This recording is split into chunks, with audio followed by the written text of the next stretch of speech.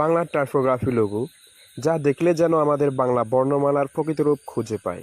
Anyway, আপনি নিশ্চয় খেয়াল করেছেন রিসেন্টলি অনেক পোস্টার, ছবি, ব্যানার সব জায়গায় এখন বাংলা টাইপোগ্রাফি লোগো ইউজ হচ্ছে। ইভেন আমি খেয়াল করেছি যে অনেক ফেসবুক স্ট্যাটাস ভিডিওতেও এই ধরনের বাংলা টাইপোগ্রাফি লোগো বেশ ভালো একটা ইউজ হচ্ছে। যাই হোক, আজকের ভিডিওতে আমরা দেখাবো কিভাবে আপনি মোবাইল ফোন ইউজ করে বাংলা টাইপোগ্রাফি লোগো তৈরি করবেন খুব সিম্পলভাবে। তো ভিডিওটি শুরু করার আগে একটি কথাই বলে রাখি, আপনি যদি আমাদের চ্যানেলে নতুন দর্শক হয়ে থাকেন তো অবশ্যই চ্যানেলটি সাবস্ক্রাইব করে সাথে থাকবেন, কারণ আমরা এই ধরনের নিত্য নতুন ভিডিও তৈরি করাতেই প্রতিজ্ঞাবদ্ধ।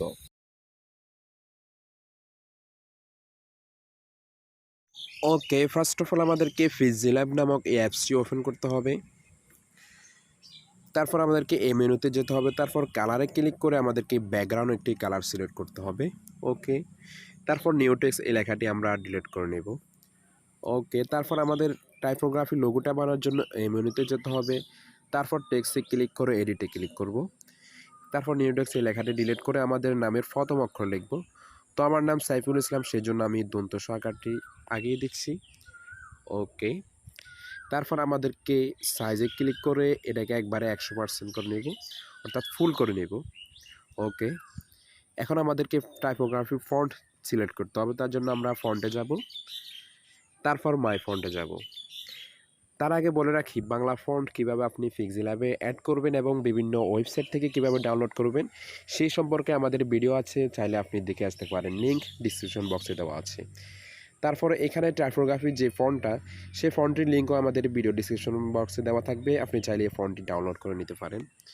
তো আমরা এই ফন্টটি দিচ্ছি, ফন্টটির নাম হচ্ছে যে F and Mahbub Samira Unicode. Okay, এখন আমরা এটাকে একটু কাস্টমাইজ করে নেব। ওকে, তারপর এই মেনুতে যাব, তারপর আমাদেরকে এই অক্ষরটাকে লক করে নিতে হবে। ওকে, এখন আমাদেরকে আমাদের পুরা নাম লিখতে হবে।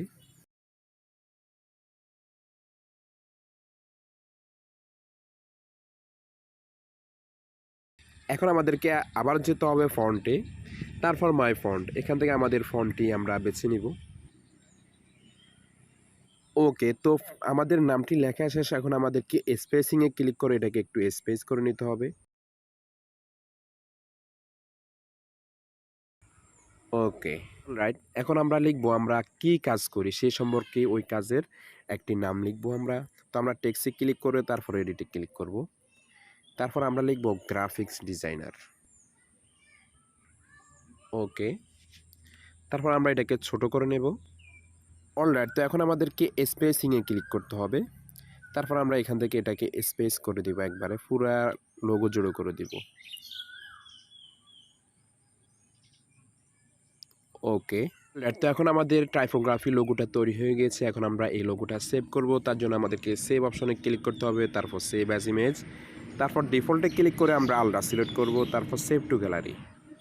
এখন কথা হচ্ছে যে আমরা এই লোগোটা কিভাবে ইউজ করব, তার জন্য আমাদেরকে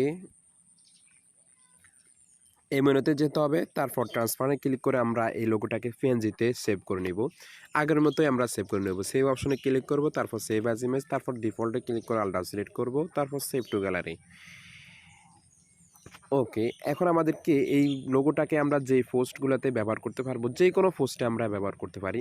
তো কিভাবে ব্যবহার করব, তার জন্য আমাদেরকে একবার pixellab থেকে বের হয়ে যেতে হবে, তারপর নতুন করে আবার ওপেন করতে হবে। তো আমরা আবার নতুন করে pixellab অ্যাপসটি ওপেন করছি। ওকে, তারপর আমাদেরকে স্ট্যাটাস পিকচার বা বিভিন্ন ভিডিওগুলোতে কাইন মাস্টারও ব্যবহার করতে পারেন। তো আমরা স্ট্যাটাস পিকচারে এই লোগোটা ইউজ করব, তার জন্য ফ্রম গ্যালারিতে যাব। তো এখন আমরা আমাদের পোস্টটি নিয়ে নেব, অর্থাৎ স্ট্যাটাস পিকচারটি। ওকে, এখন আমাদেরকে নিউ টেক্সট এই লেখাটি ডিলিট করতে হবে, তারপরে মেনুতে যেতে হবে, তারপর ইনফোর্টে ক্লিক করে আমাদের গ্যালারি থেকে আমাদের লোগোটা নিয়ে আসতে হবে, তারপর এটাকে আমরা সুন্দর করে কাস্টমাইজ করে নেব। ওকে, তো এখন আমাদের কি পোস্টটি সেভ করতে হবে, তার জন্য আমরা সেভ অপশনে যাব, তারপর সেভ অ্যাজ ইমেজ, তারপর ডিফল্টে ক্লিক করে আলাদা সিলেক্ট করব, তারপর সেভ টু গ্যালারি। ওকে, তো লোগোটা থাকার কারণে আমাদের কোম্পানির প্রচার প্রসার ঘটে, এই জন্য আমরা লোগো তৈরি করে থাকি সাধারণত সবাই। যদি কারো এই ধরনের লোগোর প্রয়োজন পড়ে থাকে তাহলে অবশ্যই আমাদের ফেসবুক বা আমাদের ইমেল অথবা আমাদের গ্রুপে পোস্ট করতে পারেন, অথবা আমাদেরকে নক দিতে পারেন, অবশ্যই আমরা সে সম্পর্কে আপনাদেরকে হেল্প করব।